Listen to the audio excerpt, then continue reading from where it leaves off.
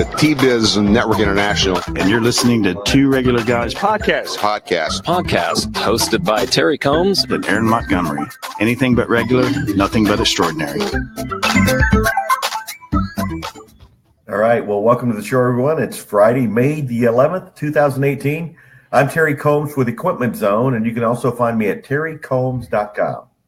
And I'm Aaron Montgomery, and you can find me at aaronmontgomery.info. Today we've got Peter Danico with Poppy Digital Artistry joining us to discuss all over sublimation printing.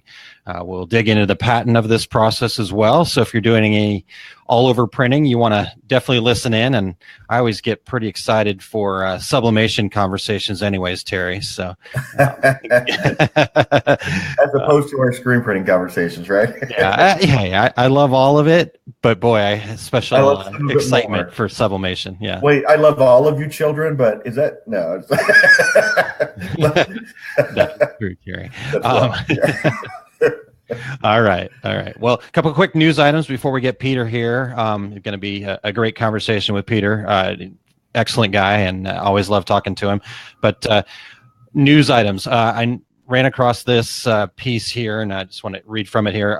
The non-photo personalized gift market in the U.S. is expected to grow more than 8% during the period of 2018 to 2022. So according to a new market research study by Technavio. So anyhow, I just thought that was interesting, continued growth. The report presents a comprehensive research of the non-personalized gift market in the U.S. by including things like wearable and accessories, decorative items, kitchenware, tableware, even stationary greeting cards, sports equipment, toys, food and beverage, all those kinds of things.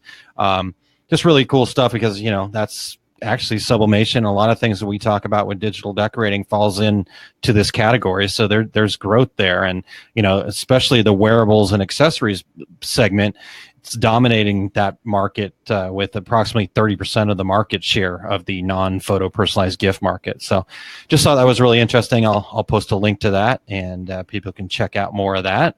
It's, interesting because, we talk about a lot of times about our impressions of all these things, but it's interesting to put a number to it. Yeah, and, exactly. Absolutely. Well, so our gut feel is, there's numbers that proves we're actually right. Well, we've been telling people. Unlike everything else on the internet, everyone. Not everything else. Well, hey, Aaron, on the subject of sublimation today, Conde and Sawgrass are partnering up for a webinar titled Sublimation Pricing and Cost Analysis. That's going to be on May 17th at 3 p.m. Central Time. David Gross, president of Conde, and Jimmy Lamb, Sawgrass manager. And Jimmy's got a long title now. Sawgrass manager of communication and education. They're going to discuss the operational variables that contribute to sublimation production costs and how to establish a baseline pricing system for the service. And we'll have a link to that webinar here on our website. Both David and Jimmy are good friends of the show, and I'm sure their knowledge of sublimation, this will be a really good webinar. Awesome. Yeah, it should be a good one. Check it out. Love hearing from Jimmy and David, we've talked to on our show, and he's always a wealth of knowledge and can be entertaining in his own right. So that's should be fun. Entertaining, that's a good word for Jimmy. We'll leave it at that. He's a friend of the show, Terry. Let's not make him an enemy of the show. Well, Terry, I want to make sure everybody stays tuned to the very end of the show. Our very own show producer, Eric Campbell, is going to be sharing 5 things to consider before buying your first embroidery machine. So he actually recorded that in advance for us. So we'll be playing that segment. Good stuff from Eric. And Eric's actually in the chat this morning, and we've got a couple other folks that I'll pop up here real quick. Good morning, Martha. And Angelo from Italy, international audience here, Terry. Very nice, very nice. We do have listeners all around the world, and appreciate all of our listeners from all points around the globe. We are very pleased to bring this weekly show since February 2013. Wow. We're in our 6th season. We always avoid rants and lecturing and selling, and we would love for you to visit our webpage, which is 2, regularguys.com. check out the show notes from previous podcasts. And just like Aaron and I have mentioned, the links that we've already discussed, it'll all be up on our website, tworegularguys.com. We are always looking for suggestions for future shows. So if you have an idea, go to our Contact Us page at tworegularguys.com, or we are everywhere on social media. So find us at the number 2 Regular Guys. If you're watching us right now live on video via Facebook, give us your comments and your questions, and this is a great opportunity to interact with our guest. But Aaron, before we dive into the show, let's recognize our title sponsor for 2018, the Specialty Graphic Imaging Association, SGIA. Absolutely, and we are working with them still to kind of bring in what they want to talk about. They just have so much cool stuff going on right now. So I did want to pop up their website here because I think there's a couple of noteworthy items here. If you head to the events tab and go down to webinar archives, you will find a webinar they just did this last Tuesday called Effective Compensation, SGI's Wage Survey Report.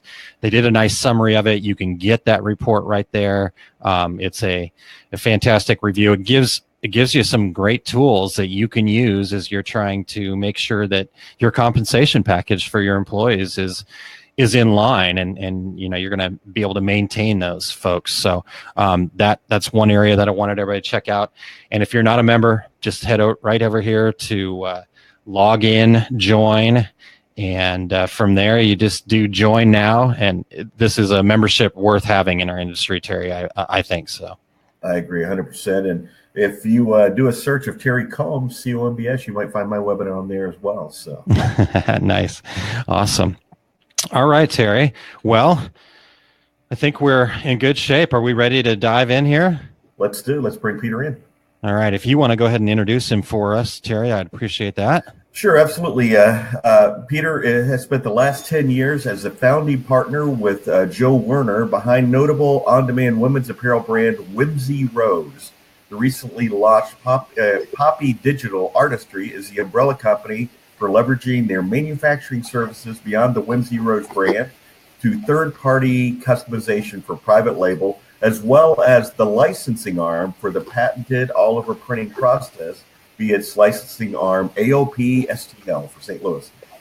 Peter, welcome into the show. And let me say, first of all, thanks so much for helping me out with some printed samples and some photos for an upcoming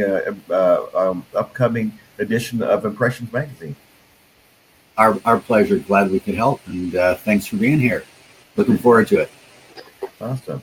Well, Peter, you and I met at SGIA ThreadX, and I have to ask first, what were your impressions of the ThreadX event out in California? I've got nothing but the highest praise for the ThreadX. I was more than pleasantly surprised. It was really a terrific event.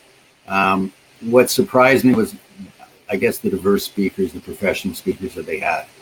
For me, anyway, it was from branding to learning a lot of different things about, I guess, parallel parts of the industry that we didn't know, and the networking aspect of it was really, really good. The committee they exceeded certainly all of my expectations. I definitely recommend it to anyone next year. Our crew will certainly be attending. Great. Well, we'll look forward to seeing you there, Peter. That'll be fun to get to hang out again, and loved all the conversations we got to have there. So, Peter, let's dive into what you've got going on here. In the intro there portion, we talked about a few of the companies that you're associated with. Can you give us kind of a rundown of all Whimsy Rose, Poppy Digital, et cetera? What are you guys all about? Sure. I'll give you a bit of a backstory. Whimsy Rose is it's a brand that we created ourselves, and we've been in the sublimation business for pre-2007, and we created our own brand, and weren't doing any third-party production at all. We produced over 1 million garments, and not to sound like a commercial, but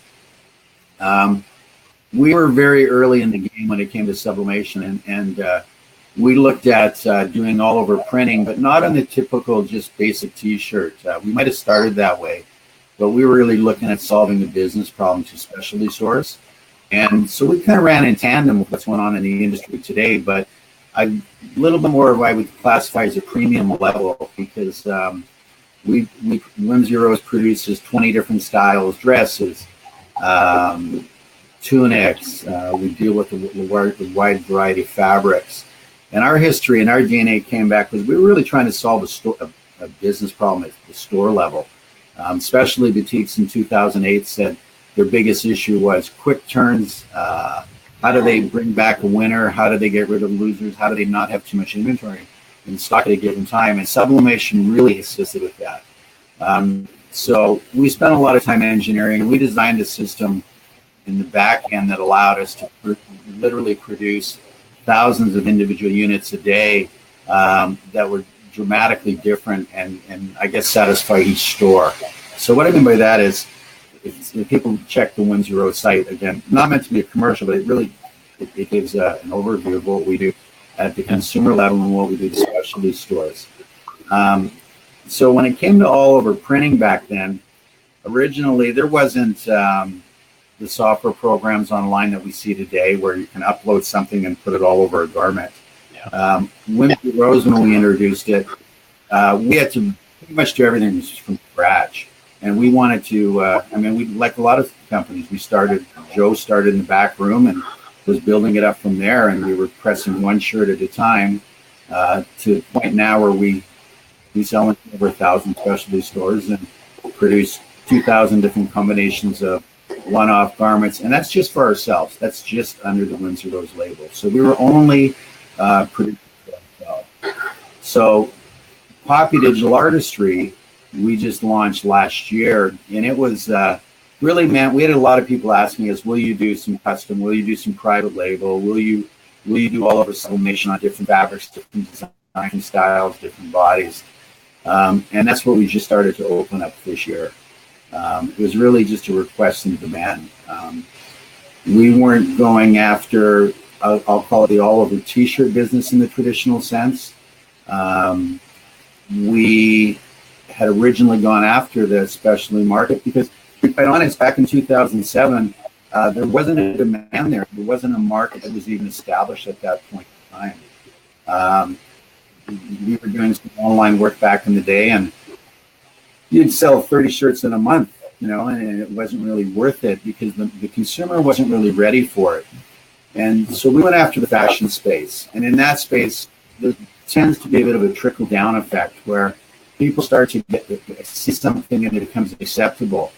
One of the big issues in the subspace historically on pre-constructed garments was, and still remains to some degrees, what are those white creases that exist on a garment? And those we know as a print voids, or as we coined, there's sublimation smiles. Smiles, yeah. My favorite. Yeah, it sounds like putting a little lipstick on that, but minds. And so, long story longer on that. So when we introduced Whimsy Rose and the ability to, we had another label before and again, which we consolidated, but we really wanted to go after the specialty market and solve their problem of saying, how do I get this print A over print B?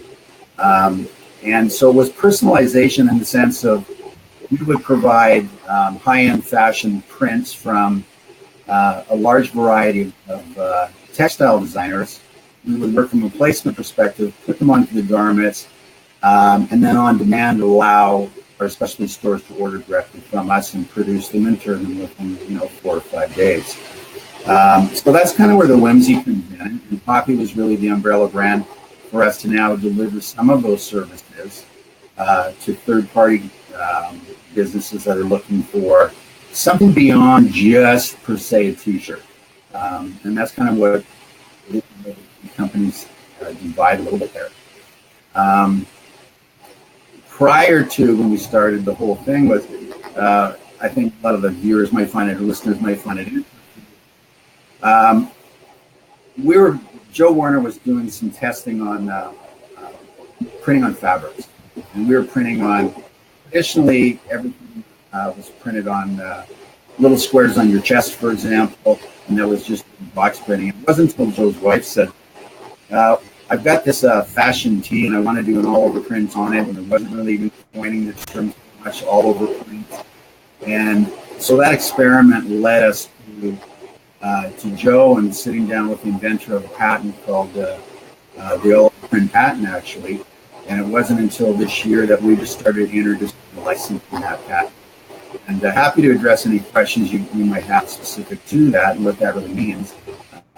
Some people took it as, as a threatening thing, and by no stretch of imagination at all. The licensees are really happy with the relationship that we're establishing with them, and we can talk more on that.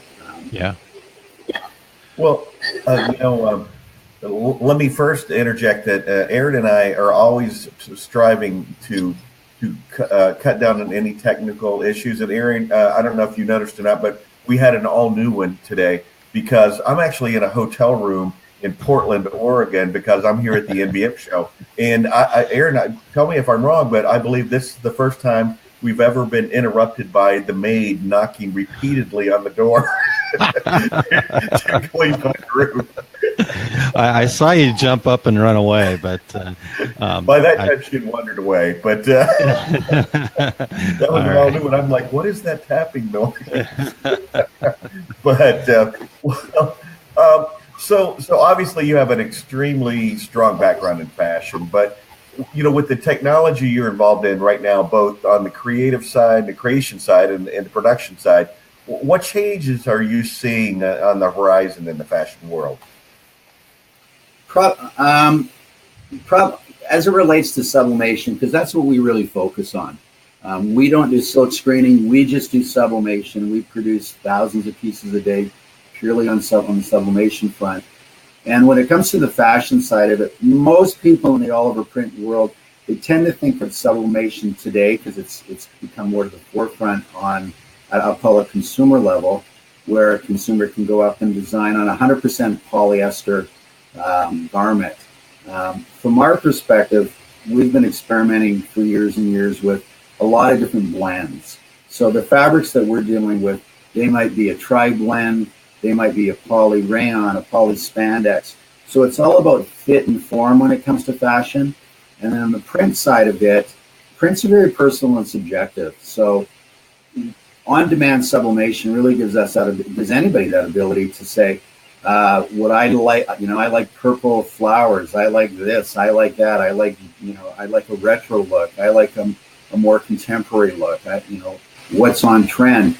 The risk sometimes for the store owners or the consumers is they don't have that ability to pick and choose on one item, for example, or they don't have the ability to go and grab a particular print that is totally in fashion on trend, or more importantly, selling for them. With selling in California versus New York, very often they have to wait for a lot of lead time to get that product to market.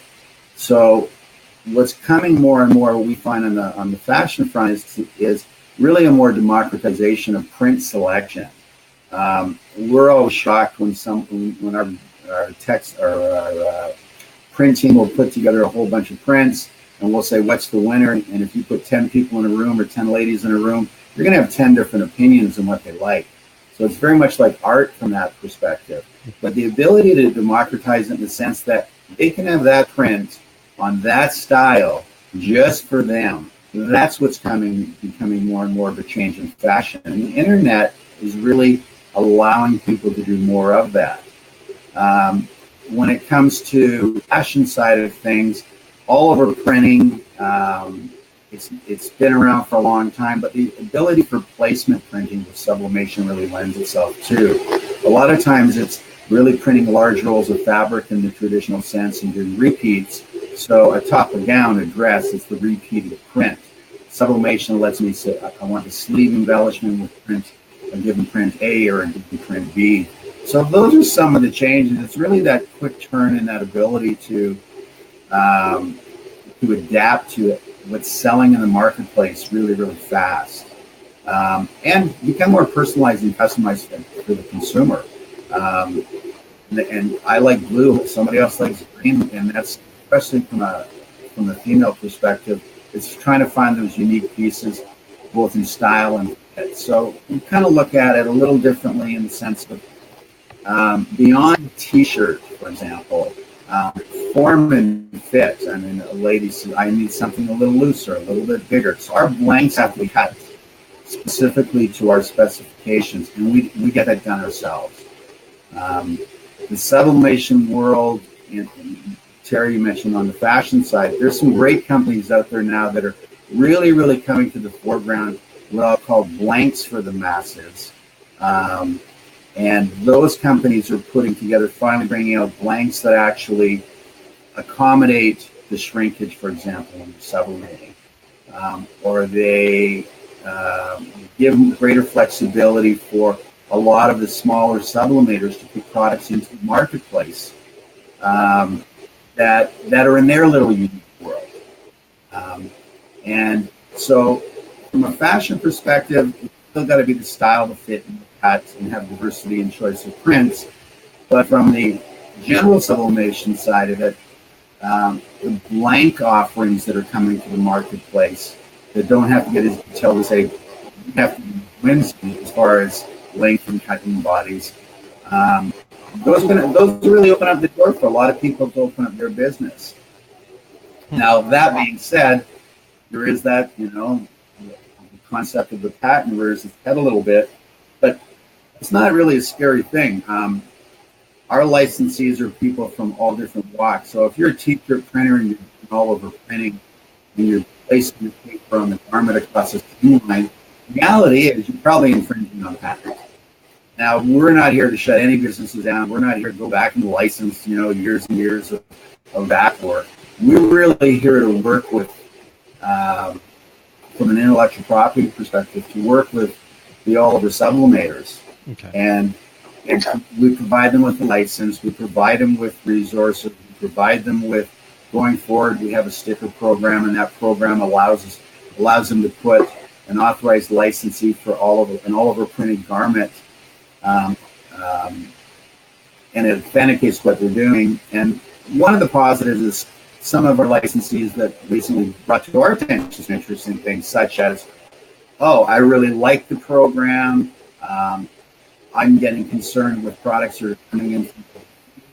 I've had a great relationship that they may have developed with a major brand.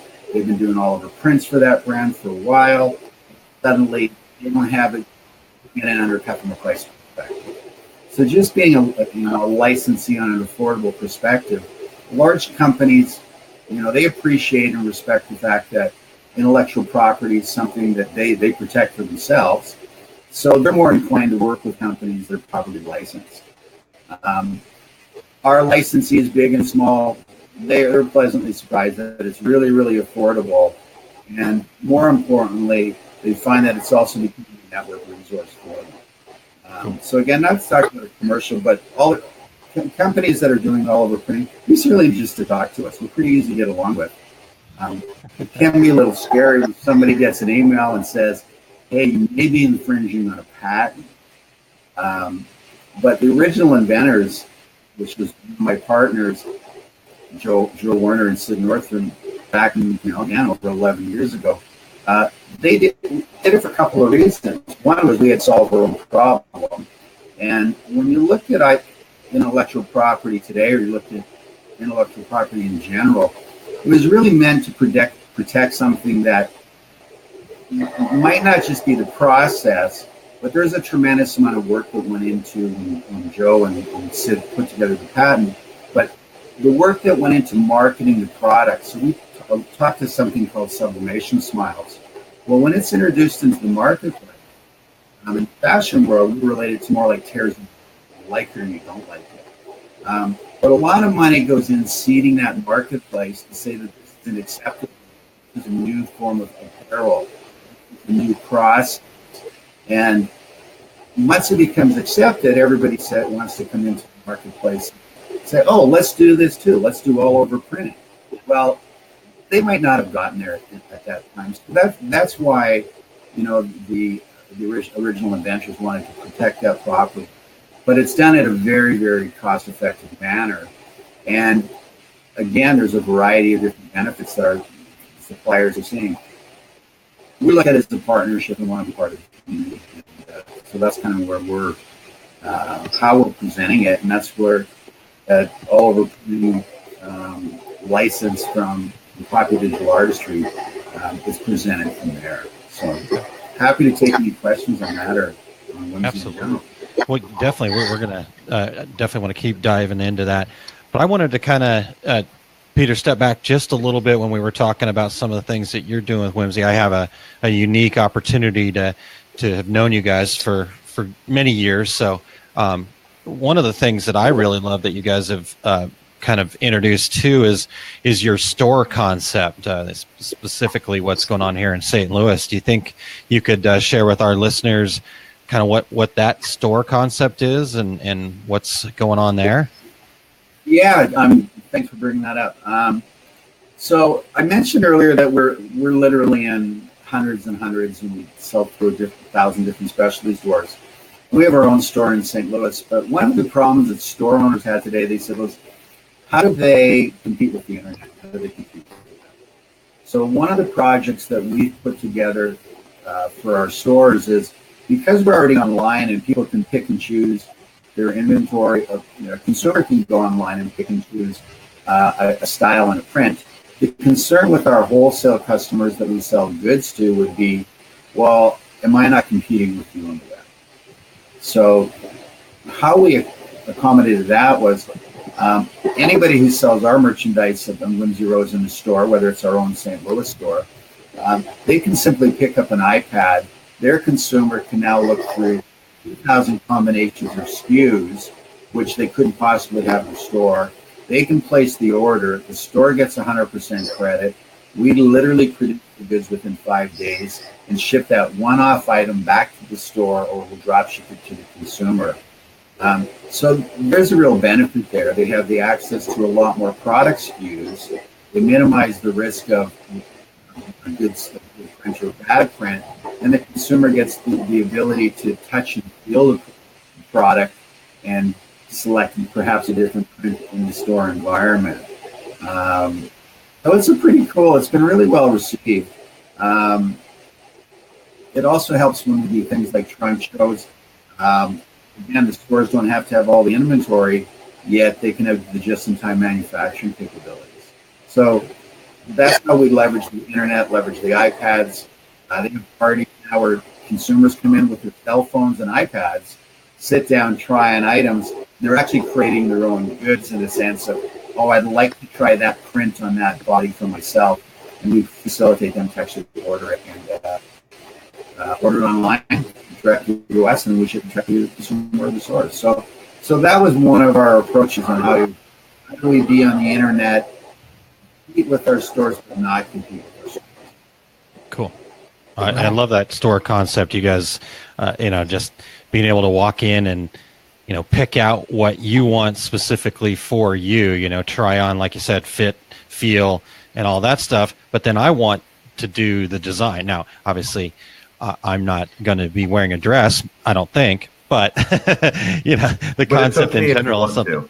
Yeah, absolutely. If I was into that. No, but my wife has been there, and she loved the experience of being able to personalize it herself, felt ownership of it. So when it was time to, pay the bill for her, it hurt me a little bit, but it didn't hurt her at all. It can be a little more rewarding, and the consumer can get something a lot more special. That's what makes it fun. I mean, we'll have stores that'll go, they may be the only store that has that particular print in that particular style for 1,000 miles. And it also lets us do some really interesting experiments. And that's what's, again, coming back to the sublimation side of the equation, is over the years, we were able to do a lot of testing that big box stores wouldn't really do. Some of our most successful prints had been prints that might have been a little quirkier, might have been a little bit odd, but because you're not printing 1,000 at a time, and you can literally have samples in the stores, or they could test it, the market reaction would be good, and away they would go. Very often in department stores, the buyers that would come to us, they play pretty safe. They go, I don't know if that's going to sell. And there's a reason that you see a lot of, I'll call it, the sameness occurring in a lot of the big box stores over the years, was everybody's buying animal prints this year, or everybody's buying that this year.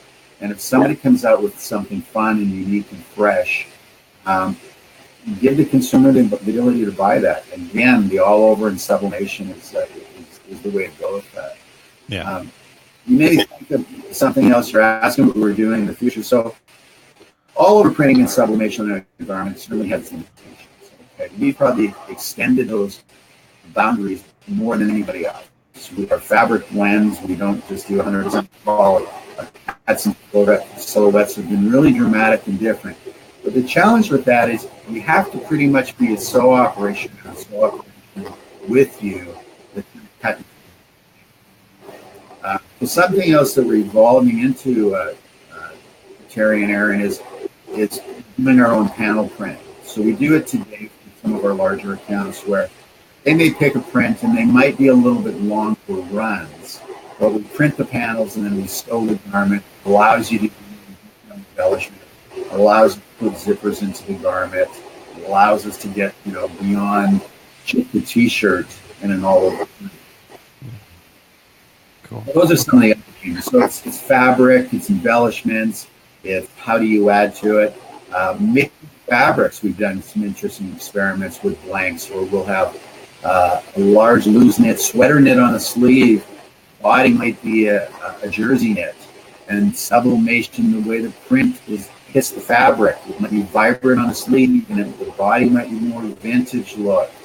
And that's the kind of when we talk about fashion, a little bit more creative, as opposed to just doing. And I don't mean just do, by the way, because that's a huge business right now. We just don't. That's just not our business.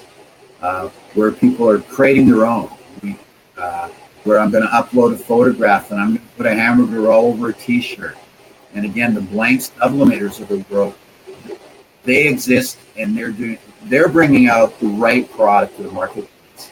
And this is where the licensing comes into play a little bit too, because you start, and let me give you a bit of backstory that I think hopefully the audience will appreciate a bit, Aaron, was when we had started in the fashion space, because it kind of started there for opportunity, we'll do that. Once you start to get successful there, people start to they were buying blanks off the shelf. Well, when you sublimate and you hit those garments and they shrink and you needed a large and it becomes medium, you have to change the labels and you've got torquing and your body doesn't fit quite right. Well, unfortunately, that doesn't just tar and make or present a bad customer experience for that one garment. It kind of hurts the whole industry a little bit. And that was the other reason we started to want to look at protecting the intellectual property a little bit, was because after we've sold over 1 million garments just under our own, 1 million pieces just under our own label. But what happens in the industry was people see what you're doing and they go, oh, that's pretty simple. Let me just get some blank T-shirts and let me just print on them. And they're okay. They don't quite fit. But what happens is the consumer starts to think they're all the same. They didn't realize that your blanks were cut to tolerance. They didn't realize that yours fit better. So even our buyers that might have tried another company, they might look at it and go, oh, I really like those, but you know what? I just can't get a consistent fit. And we said, whoa, wait a minute. They really didn't get a consistent fit, perhaps because maybe they weren't cut to the specs. Maybe they weren't cut for the shrinkage. Maybe they were bought off the rack, and it's not a negative. We went through that experience. We had to start that way ourselves. We had to go through the growing pains and learn from that. So the whole industry now is becoming, I think, just a lot more educated. And that's why, again, I refer to some of the new good blank companies. They take those into consideration. And it's not just coming from overseas, because the consumer, when they see those white creases, they might think it's all the same. And if they have a good experience with one and a bad experience with another, it can hurt all of us. Yeah, you got to have some separation there. So, Peter, we've got a question from one of our viewers, listeners here, who also happens to help us be, he's the producer of our show, Eric Campbell. He says, how important do you think the retail physical store space will be going forward? Do you see this hybrid model as the future of fashion for decorators? Great question. Our experience, we're kind of in this, I think, this transition period. in the fashion world right now, there's been a handful of large companies like Bonobos where you're going in and you're trying on some items, and it's a men's apparel line, and it's bespoke where you're ordering for custom. So you still need your touch and feel, you get your measurements and you get your fits, but you get a broader offering. But you still need that in-store experience. The days of large volume inventory, it seems to be diminishing a lot, and it gets trickier. I mean, I see the Nordstroms of the world, even the big department stores. Everybody's trying to figure it out again. I think the pendulum's going to swing so far. My personal take is going to swing a little far, where everybody's jumping the Amazon way, and then it'll swing back a little bit because people also want an experience. But it takes time for people to also adapt, not just the consumer in our world, because we deal with a lot of specialty stores, even for them to adapt. They're used to operating the same old way, and for them to adapt technologies and deal with the computers. The computer might just be simply pulling out the iPad and saying, let me help you with this in-store experience. Inventory models changing. Yes, there's going to be more online. Brick and mortar is not going to go away, but it's certainly going to change how it lives today. Cool. Okay. Well, hey Peter, I know that some listeners have tuned in specifically because we promoted this show talking about your patent, and you referenced it here several times. So tell us a little bit more about what this patent entails and how this whole thing works. Okay, so the Oliver patent that AOP St. Louis licenses, and the patent gets licensed from us, it's for pre-constructed garments.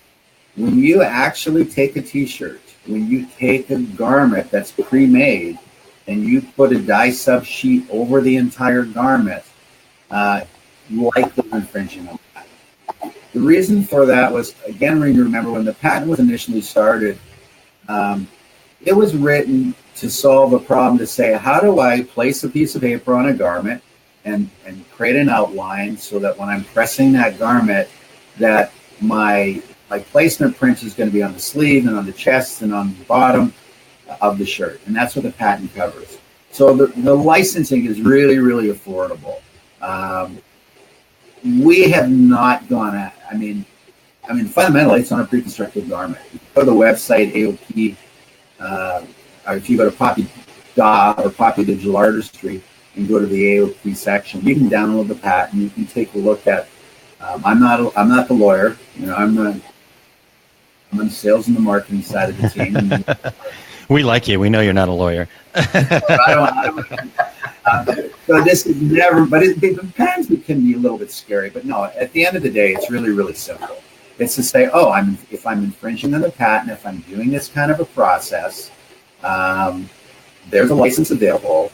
It's our big and our small licensees have all said, this isn't a big scary thing. This is more reasonable.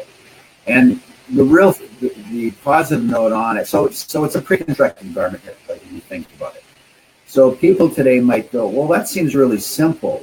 How else would you do it?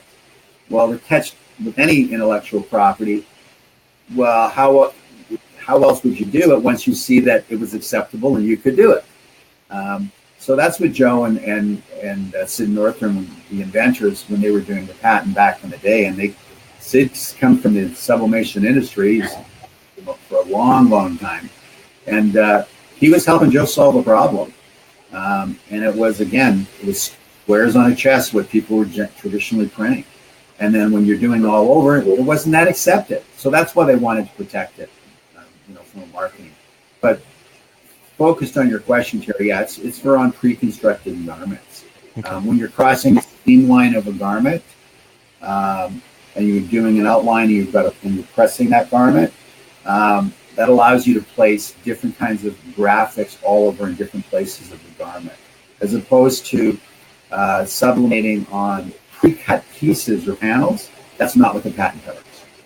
So if I buy cycling jersey and I've got a different arm, or when we're printing our cutting or what I'll call panel garments, you're actually printing on a piece of the panel, you're stitching the garment after the fact. But if the garment's already pre-sewn, you're pressing on the garment after the fact and you're uploading your image. That's what the patent covers. And we're working most closely with the manufacturers. It gets a little tricky right now with if somebody receives a notification that, and it's really just saying, hey, you may be infringing on the patent, and they may be somebody selling online, but they have a third-party manufacturer. Technically, all of them may be, infringing on the patent.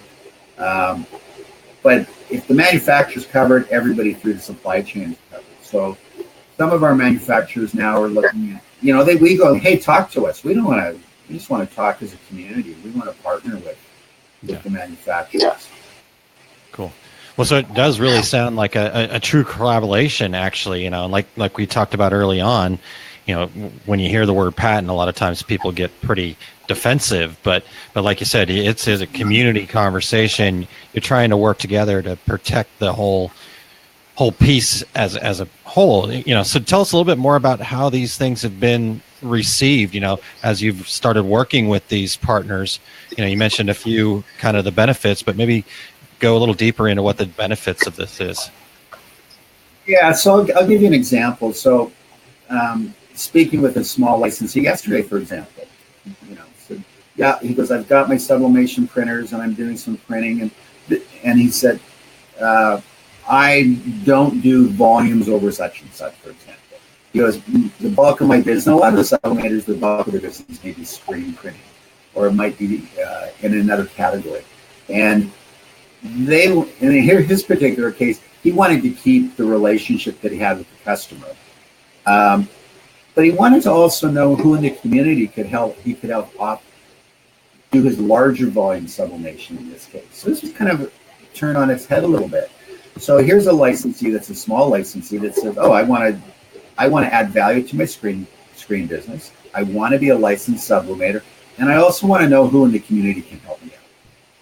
We had another licensee that was focused on a certain inks, and those inks were fluorescent. You didn't do other sublimation. Well, that led us to go, oh, geez, I didn't know that you guys were doing that. Here, we've got somebody else over here. And in the print business and in the silkscreen business, what I've learned over the last little while, especially from the SGIA, was there was a lot of collaborators where people can't do everything themselves. So that certain types of work they may pass on to somebody else. And they want a relationship with the customer, and they want to service the customer in a variety of ways. So the small sublimator in this case, he liked the fact that we became a resource for that individual. Some of our larger sublimators were going, okay, I'm looking at how do I protect my intellectual property with the licensing they were doing. They made license and brand label, and I'm doing my sublimation, and they just wanted another arrow in the quiver, so to speak, when they were dealing with foreign manufacturers coming in. We're just having a better conversation with a large brand who appreciates intellectual property. And so they were looking at it as a strength. Another one was going, oh, wait a sec, I'm liking this because it's simply our quality assurance is such that we're in this, we want to be able to explain this to customers, and having a license was just said, look, we're more thoughtful about the whole process. Yeah. So there's a variation, but there's also other individuals that, they're afraid of the gate. They're going, what is this? What's going on? And we go just have a conversation. If you get a letter or you get an email and it says you may be infringing on a patent, it's not a threat, guys. It's simply, let's start that dialogue. But it's like anything. It's like, don't ignore it forever. We haven't gone back in arrears for people. We're not here to put people out of business. That's not the intent. It's to protect our intellectual property, go forward. It's to work with people in the industry as the industry opportunity expands. It's to get the quality assurances in place. It's also protect some of the things that are coming in from foreign manufacturers. So that's really the conversation we'd like to have. And if you have, ask us a question. Peter, you probably get the same response that I gave you. I think we're having lunch, I believe, is when we met And I said, wait, there's a patent on this? And you have it? Yeah, I mean, everybody thinks you got a patent on something, you're going to become instant millionaires. No, we run our business, and that's where we make our money. This isn't a patent troll thing. I mean, look, I don't like, if somebody has intellectual property and they haven't done anything with it, and they just had a piece of paper and they just tried to came, after an industry. That was never the case. Yeah. We were early adopters, early phase in an industry. We do get concerned when people start to hurt our space in an industry. Competition is good. I mean, we're firm believers of competition. But when people come into a space and don't necessarily do things right or mislead the public when it comes to certain processes or the quality of goods that they're producing, and it's just, that's where IP in our case was all about. So no, we're here to work with people.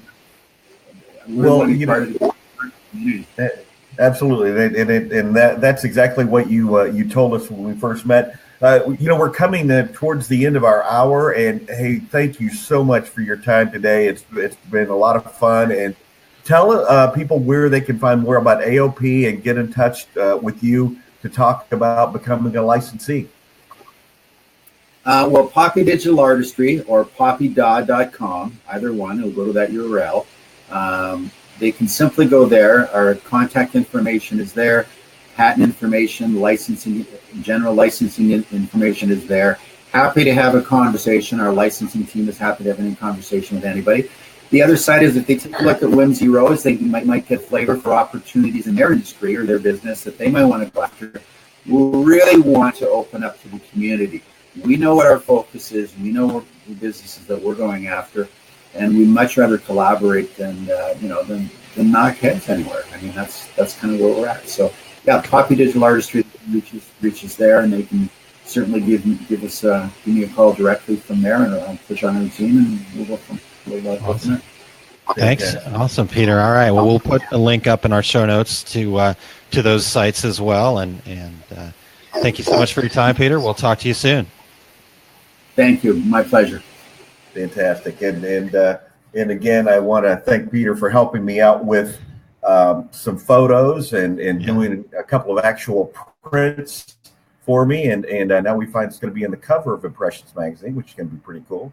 And a full article on the process. And Aaron, it's the minute we started talking about this patent, we're like, well, guys, we definitely have to have him on our show.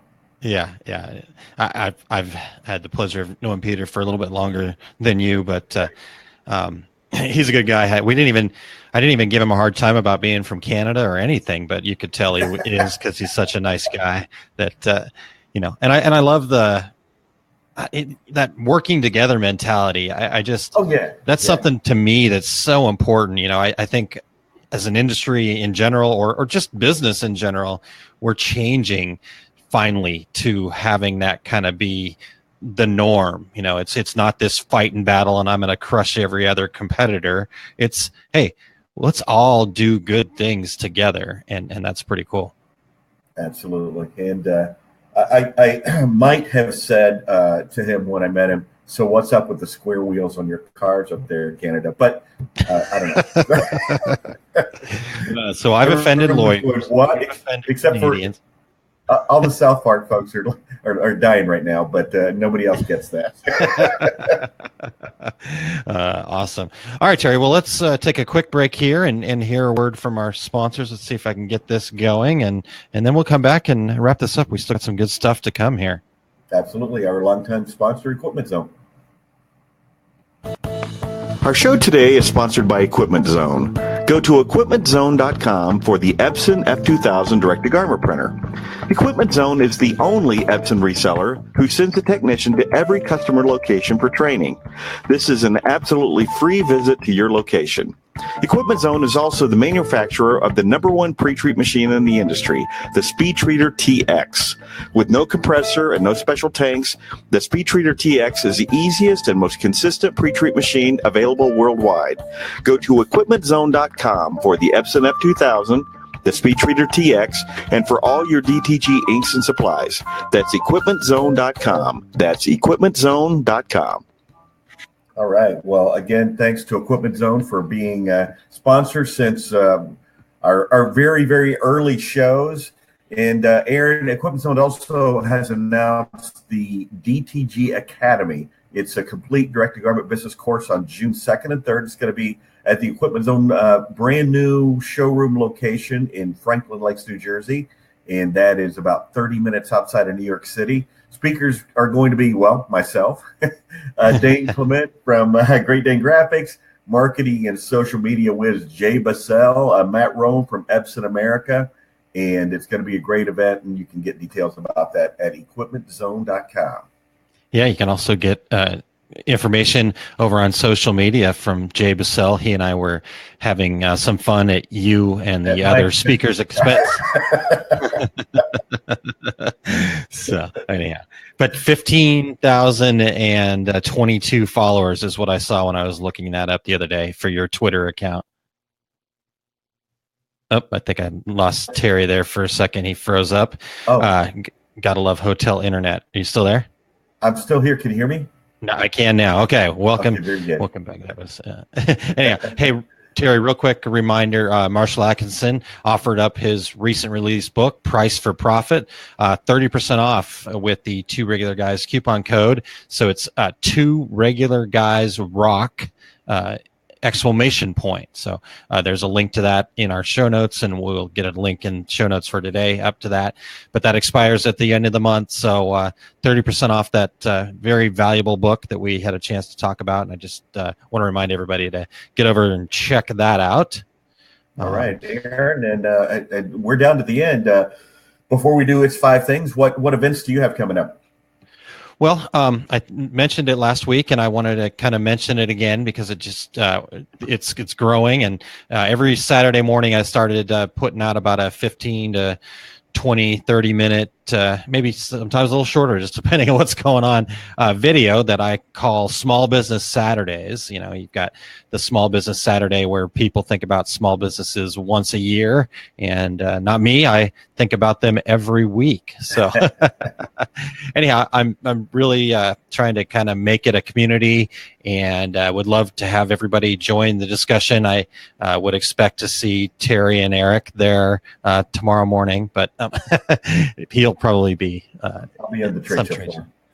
But anyhow, no, it's super early. It's the same as this. But anyhow, so I've settled into it being a 10 a.m. time slot when I'm going to do it every Saturday morning, and I'm going to start the video at about 9:45, about 15 minutes early, just to allow everybody to kind of get in, say good morning, get our coffee ready. Because, like I said, I do want it to be kind of a community event where people are asking questions, sharing information, giving their own sides and pieces to it. So tomorrow morning, I'm going to be talking about hiring employees, hiring good employees. So I'm excited to continue bringing that each week. And again, love everybody to come over and check it out. I'll put a link in our show notes as well. But it's on facebook.com/AaronMontgomery.info. What about you, Terry? Oh, well, as I mentioned, I'm going to be doing the DTG Academy at Equipment Zone on June 2nd and 3rd. My complete screen printing business course at Atlas Screen Supply in Chicago, that is June 9th and 10th. I'll be doing an all-day direct-to-garment seminar for the day before the NBM show opens in Cleveland. That's going to be on June 14th. And my next complete screen printing business course in Phoenix is going to be at Workhorse Products July 21st and 22nd. Links to all these events you can find at my website, terrycombs.com, under tour dates. And now it's time for It's Five Things, Aaron. And our guest today is our show producer, Eric Campbell. And Eric's going to talk to us about 5 things to consider before buying your first embroidery machine. Absolutely. And Eric was nice enough to record this in advance as a video for us. But I have not been able to figure out how to get that video to play over this system. So we've got the audio here, and you get to see his picture on the screen. I'm Eric Campbell, and it's time for 5 things to consider before buying your first embroidery machine. Number 1, new or used. The choice to buy new or used is about more than cost. If you buy a used machine that hasn't had the proper upkeep, you might be fighting the machine and the flaws it has, as well as your learning curve if you're just starting out in embroidery. So think about that before you just buy a used machine. The second thing is ease of service.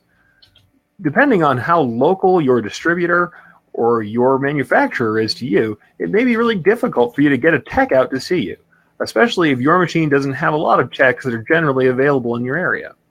So check on whether or not you can have a tech come out, how much it's going to cost in general, and what's the difficulty and the time that it will take to get somebody out to your location. Otherwise, you may be down for longer than you think, and that adds to your cost of ownership. Plus, if you're somebody who decided to go for a used machine, you had better check whether or not that machine has available parts. You may find that for some discontinued machines, some rather old machines, or brands that just aren't sold anymore, you have a problem finding the parts you need to get back on track once you have a major flaw. So, check to see the ease of service before you buy a machine. The third thing is official support and documentation. You want to check and see exactly what there is available before you buy your machine. Whether or not your manufacturer is giving you the support you need, the documentation you need to learn how to run the machine. And also whether or not they have classes or other kinds of training available so that you can get up to speed. Know what kind of official support there is before you buy. It's going to be important to how well you can operate the machine and how quickly you get up and running. Fourth thing is the user community. Though official support is really good and really the primary way you should learn how to run a machine, the other thing you may want to do is check in with current users. Now, that's not only to see how they like a machine, how it's been performing over time before you buy, but it's also after you buy. Sometimes your official support just can't get to you fast enough, or they don't have the answer for some special use case that you're going to do. So really, if you've got some special use case, one of the greatest things you can do is find somebody else who operates the way you do or makes the kind of products you do and ask them. And that's really about your unofficial kind of user community. So before you buy into a machine, it's great to find out, hey, does this machine, this brand, have a user community? Are the people out there talking about it and helping each other? And for the fifth thing is actually probably the first thing that you should think about. Why am I currently bringing embroidery in-house? Especially if you're an existing decorator or printer, you may find that it makes more sense right now for you to outsource your embroidery while you are building up your clientele for the process. It's not always a great plan to bring it in-house. And this is from an embroiderer, somebody who really likes to do the job. If the reason why you're bringing it in is just because I'm tired of paying my contract people, it's probably not the best thing you can do. It's very much like digitizing. If it's about being able to produce quickly, have more control over your quality, or to have an all-in-one, one-stop shop where people can get things done, do multimedia, do something special, something that's not done by your contract shop, those are fairly good reasons to go ahead and bring something in. Now, I'm not saying that I should dissuade you entirely. I don't want you to not bring an embroidery if it's something that you want to offer. However, do remember that you are going to have to amortize the cost of this new and expensive equipment. You're going to have people to run the machines, and you're going to have a new skill set that's very different from any other kind of decorating. So before you bring a machine in, you might want to consider why you're bringing it in-house. So all in all, as long as you make sure to see what kind of support structures are involved, buy a machine that's of a decent quality and has been kept up well if you decide to go use. Make sure that you have somebody to service it when stuff really goes wrong, and make sure you're doing it for the right reasons. It's a great thing to bring embroidery in-house, and you'll be able to buy your first embroidery machine without any trouble. All right, Terry. Well, there we go. Awesome 5 things from Eric. Thank you so much for sharing that with us today and taking the time to record that in advance for us. He has been a huge asset to us already in the short amount of time that he's been working with us, and we're going to keep growing and building 2 regular guys, and Eric is going to be a big part of that. So thanks a lot, Eric. If anybody else wants to present 5 things as well, we're always looking for those. So don't hesitate to reach out to us at 2regularguys.com and let us know your 5 things, and we'll be able to promote what you're doing right here on our show. That sounds like all right, plan. Terry. Yeah, definitely. So Well, we've come to a close of another show. I want to really start off by thanking our guest, Peter Danica with Poppy Digital Artistry. It's poppyda.com to go check out what they've got going on over there with the all-over print patent and all of the support they can provide to you. So thank you very much, Peter. Absolutely. And thanks again to our show producer, Eric Campbell with Deco Network. You can also find Eric at Eric with an H at the end, ERICH, ericcampbell.com. We'd also like to thank our sponsors, the Specialty Graphic Imaging Association and Equipment Zone. We really appreciate your support. Definitely. Thank you guys very much. Next week's show, Terry, I'm going to be traveling, so I may pop into the chat for a moment and just bug you guys, but it's going to be you and Eric talking to Jay Bissell, and he's going to be joining us to talk about marketing and social media and kind of preview his presentation at the DTG Academy at Equipment Zone. So that should be great information. Jay's always very entertaining and really looking forward to that. Absolutely. And heads up to Eric, we won't need to say anything. We'll just introduce Jay and he'll just go. Perfect. Until then, though, he's Aaron Montgomery. I'm Terry Combs, and together we are the two regular guys. Thank you for listening to Two Regular Guys. Check out our website at tworegularguys.com. That's the number 2, regularguys.com. You can also interact with us over at our Facebook page, facebook.com/tworegularguys, or send us a tweet, twitter.com/tworegularguys. And we have a YouTube page. You can find all that from our website, tworegularguys.com. Thanks for tuning in, and we look forward to spending some time with you again next week.